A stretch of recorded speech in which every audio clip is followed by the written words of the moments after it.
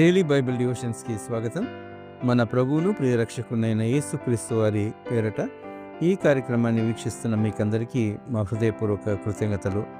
మన church of south India diocese of Medak holy 20 church సమర్పణలోని ఈనాటి కార్యక్రమంలో దేవుడు అనుగ్రహించిన జ్ఞానమును సరైన రీతిగా సద్వినియోగం చేసుకునుట, utilising properly the wisdom given by God అనే అంశంపై మన సంఘ సభ్యులు శ్రీమతి పి జాయిస్ రవికిరణ్ గారు వాక్య సందేశాన్ని వినిపిస్తున్నారు.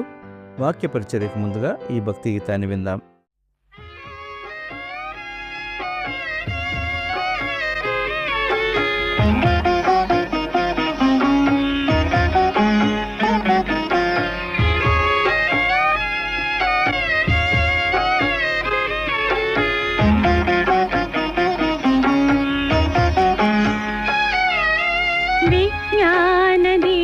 కల వెలిగించు దేవా,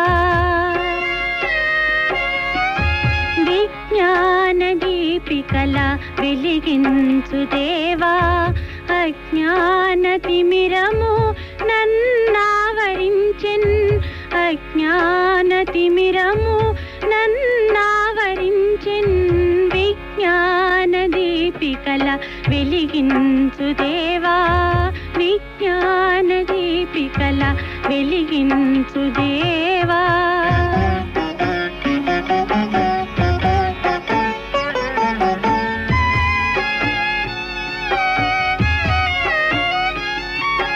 దాత నీవే, త్రాత నీవే, హాయి నీ పాలన దేవా, దాత నీవే, త్రాత నీవే, హాయి నీ పాలన దేవా, హాయి నీ పాలన దేవా. విజ్ఞాన దీపికల వెలిగించు దేవా, అజ్ఞాన తిమిరము నన్నావరించెన్, విజ్ఞాన దీపికల వెలిగించు దేవా.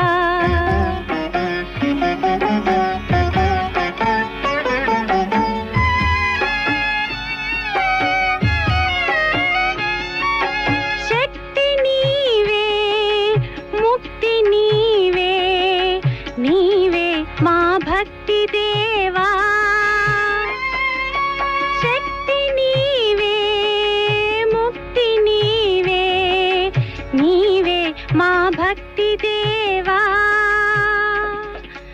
నీవే మా భక్తి దేవా.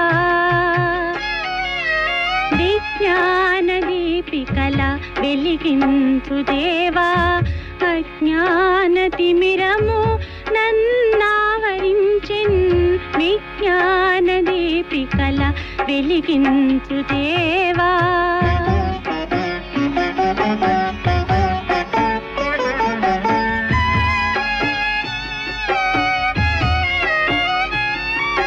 సత్యమీవే, మార్గమీవే, నీవే మా జీవము దేవా, సత్యమీవే, మార్గమీవే, నీవే మా జీవము దేవా, నీవే మా జీవము దేవా. విజ్ఞాన దీపికల వెలిగించు దేవా, విజ్ఞాన దీపికల వెలిగించు దేవా, అజ్ఞాన తిమిరము నన్నావరించెన్, అజ్ఞాన తిమిరము నన్నావరించెన్, విజ్ఞాన దీపికల వెలిగించు దేవా, విజ్ఞాన దీపికల వెలిగించు దేవా.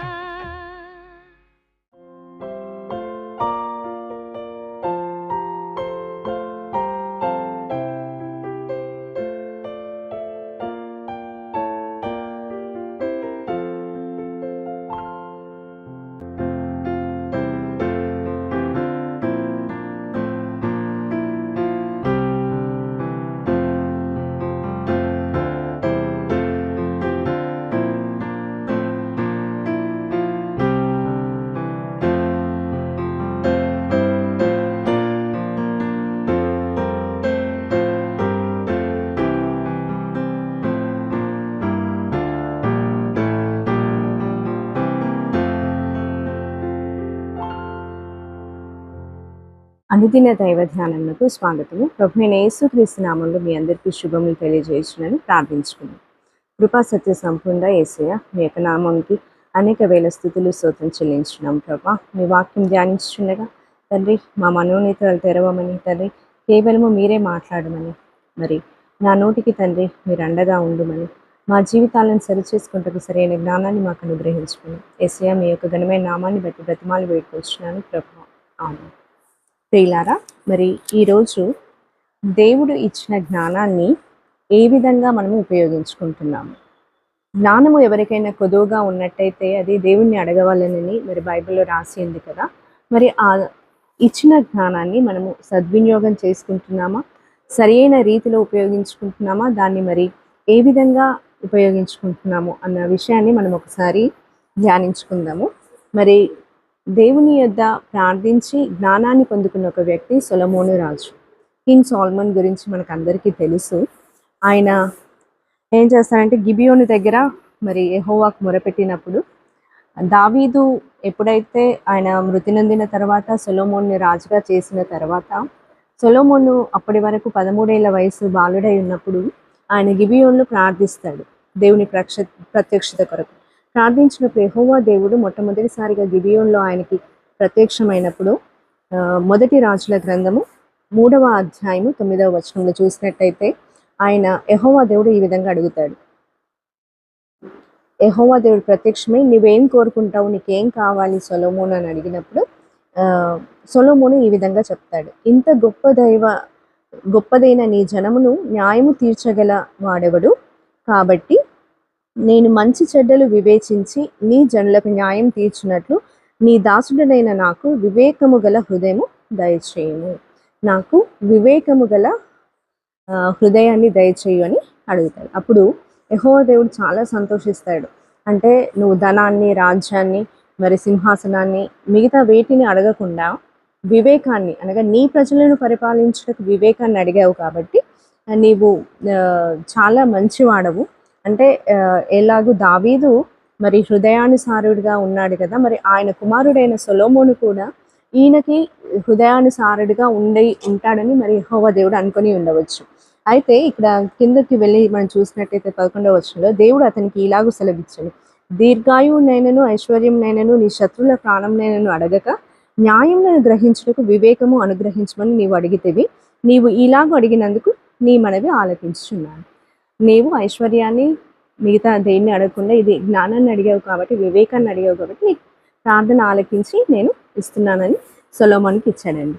ఆ విధంగానే సొలొమోను చాలా జ్ఞానవంతునిగా, మరి ఆ సమయంలో ఆ కాలంలో ఎంతో తెలివైన రాజుగా ఆయన పేరు ప్రఖ్యాతులు పొందుకున్నాడు. 4వ అధ్యాయంలో మిగతా అధ్యాయాలు మనం చదివినట్టయితే ఆయన యొక్క జ్ఞానము ఏ విధంగా ఉందో మనకు తెలుస్తుంది. ఆయన తీర్పులు ఏ విధంగా తీర్చాడు, ఒక 2 స్త్రీలు వచ్చి మరి ఒక కుమారుని కొరకు వాళ్ళు గొడవ పెట్టుకున్నప్పుడు ఎలా తీర్పు తీర్చాడు, ఈ విషయాలన్నీ మనకు తెలుసు. ఆ విధంగా జ్ఞానవంతుడిగా ఆయన పేరు పొందాడు. అయితే మరి 5వ అధ్యాయంలోకి చూసినప్పుడు ఆయన ఏమనుకుంటాడంటే, దావీదు, నా తండ్రి అయిన దావీదు కట్టలేని మందిరాన్ని నేను కట్టాలి, యెహోవాకు ఒక మందిరము ఉండాలి.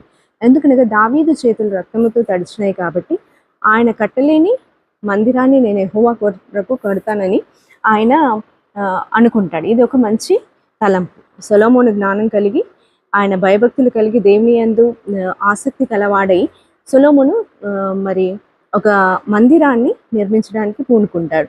అయితే ఈ సమయంలో ఏమవుతుంది అనగా ఆయన అద్భుతమైన శిల్పకారులను మరియు ఓఫీరు బంగారాన్ని, మిగతా ఎక్కడెక్కడైతే మంచి వస్తువులు ఈ ప్రపంచంలో దొరుకుతాయో అక్కడ నుండి తీసుకొచ్చి ఎలాంటి లోటు లేకుండా, మరి ముఖ్యంగా ఏంటి అంటే ఆయన దేవుని యొక్క సన్నిధి ఆ ప్రదేశంలో ఉంది కాబట్టి ఎంత కేర్ఫుల్గా కడతాడంటే అక్కడ ఒక సుత్తె సౌండ్ కానీ, పని చేసేటప్పుడు సుత్తె వల్ల కలిగే శబ్దం కానీ, ఒక మొల వల్ల కలిగే శబ్దము కానీ రాకుండా జాగ్రత్త తీసుకొని మరి ఆయన కట్టినట్టుగా మనము చూస్తాం. అనగా ఈ రోజుల్లో టెక్నాలజీ డెవలప్ అయింది, ఎక్కడో ప్రీకాస్ట్ చేసి ఇక్కడ వచ్చి పెడుతున్నారు, అలా కన్స్ట్రక్షన్స్ అవుతున్నాయని మనం అనుకుంటాం. కానీ బైబిల్లో ఎంత అద్భుతమైన విషయం అనగా, మరి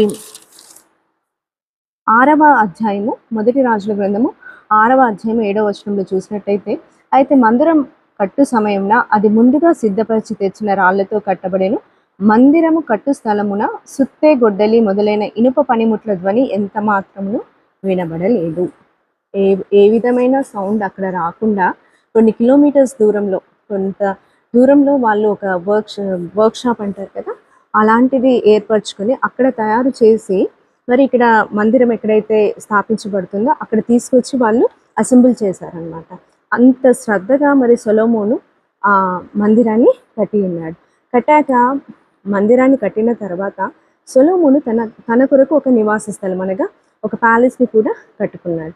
అనగా ఫస్ట్ మందిరాన్ని కట్టిన తర్వాత తన ఇంటిని ఆయన నిర్మించుకున్నాడు. ఇది కూడా మరి సొలొమోనుకు దేవుని పట్ల ఉన్న భయానికి మరియు ఆయన ఇచ్చిన జ్ఞానానికి తార్కాణంగా ఉంటుంది.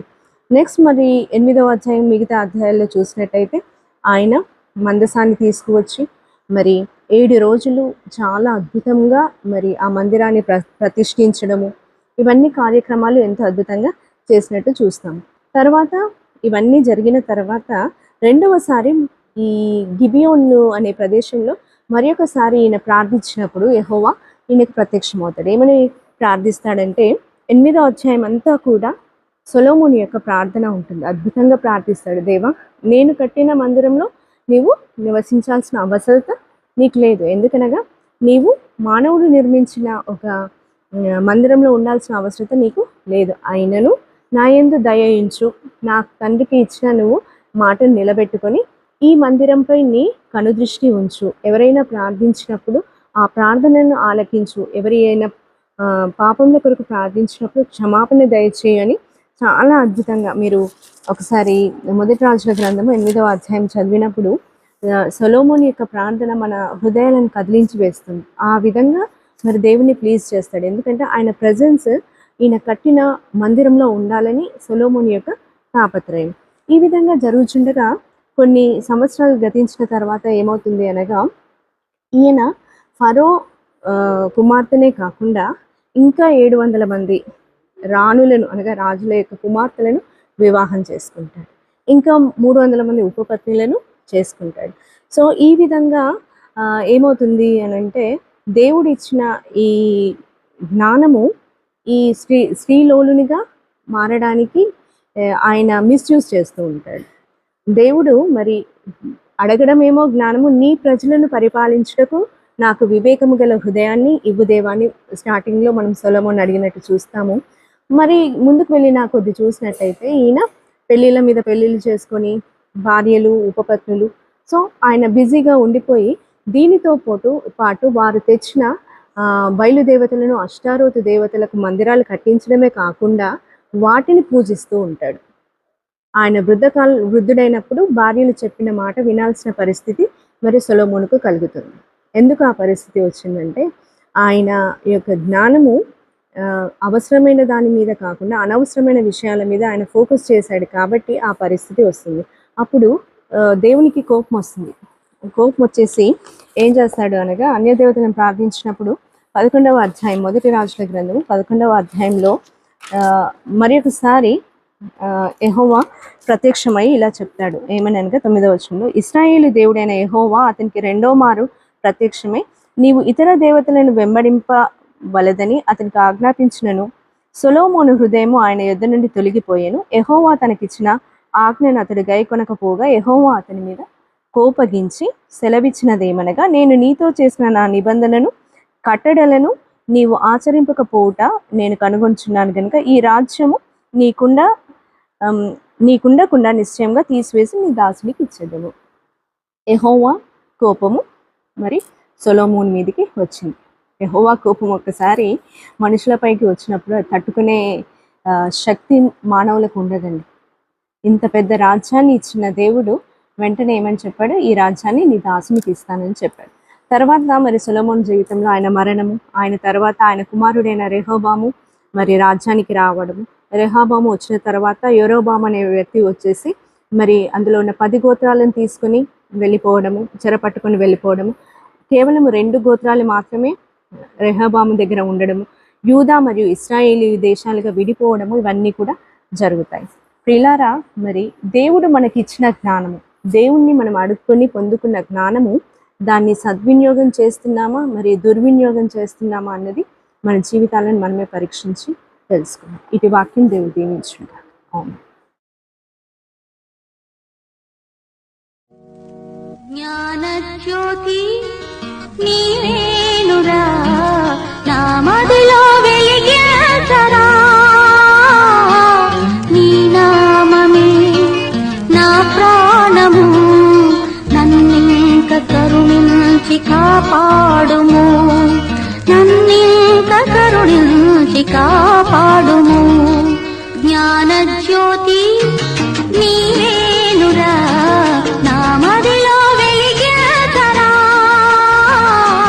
నీ నామమే నా ప్రాణము, నన్నింక కరుణించి కాపాడుము, నన్నింక కరుణించి కాపాడుము.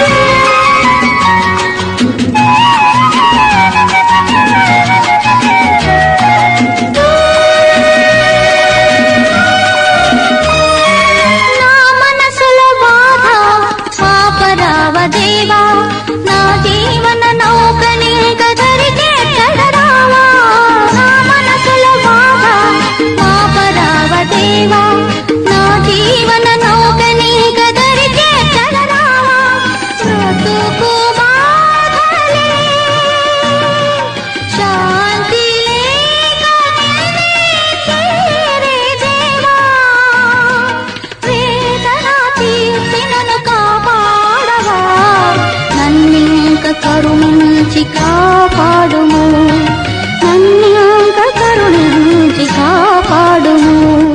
జ్ఞానజ్యోతి నీవేనురా, నా మదిలో వెలిగించరా, నీ నామమే నా ప్రాణము, నన్నింక కరుణించి కాపాడుము, నన్నింక కరుణించి కాపాడుము.